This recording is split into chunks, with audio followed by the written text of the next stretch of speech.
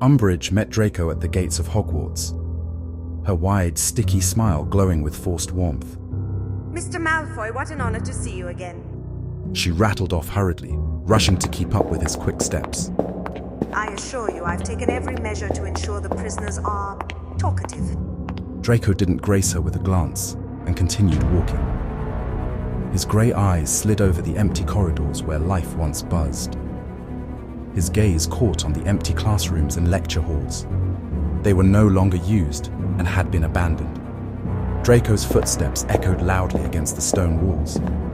Hogwarts was no longer the same, a noisy, student-filled place. The castle had become a prison. Today, he was to interrogate two prisoners, Angelina Johnson and Hannah Abbott. He planned to start with Angelina, as she had participated in the final battle at Hogwarts. She, like the others who survived, was kept in the school's dungeons, where the chief warden was none other than the Toad, Umbridge. No one in the Death Eater ranks took her seriously, but she had been entrusted with overseeing the prisoners. He was led into one of the empty classrooms, now used for interrogations. This room had once been used for teaching runes. He sat down at the old wooden desk, his fingers unconsciously tracing the carved runes and notes left by students on its surface. He remembered the day in third year when he had first entered this very classroom. The lesson had been shared with Ravenclaws and Gryffindors, something he already found unbearable. His irritation only deepened when he saw the bushy mane of hair at the front desk. This time, she was without her ever-present companions, Potter and Weasley.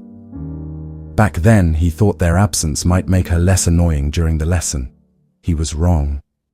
Barely had the professor begun speaking when, from behind a tower of books, a hand shot up into the air, a familiar signal that Granger was ready to answer once again.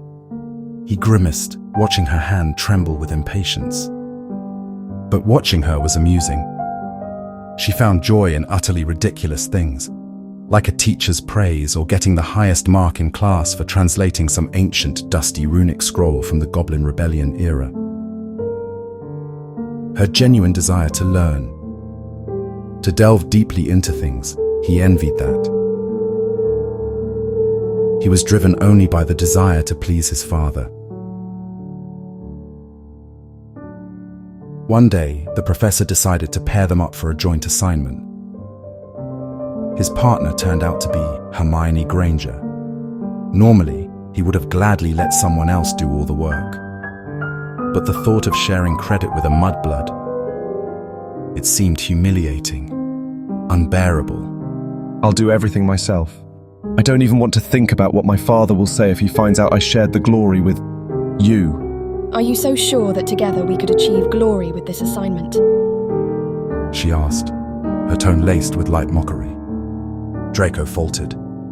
He felt heat rising to his cheeks and quickly averted his gaze, avoiding her eyes. That's not what I meant. He snapped and quickly headed for the door.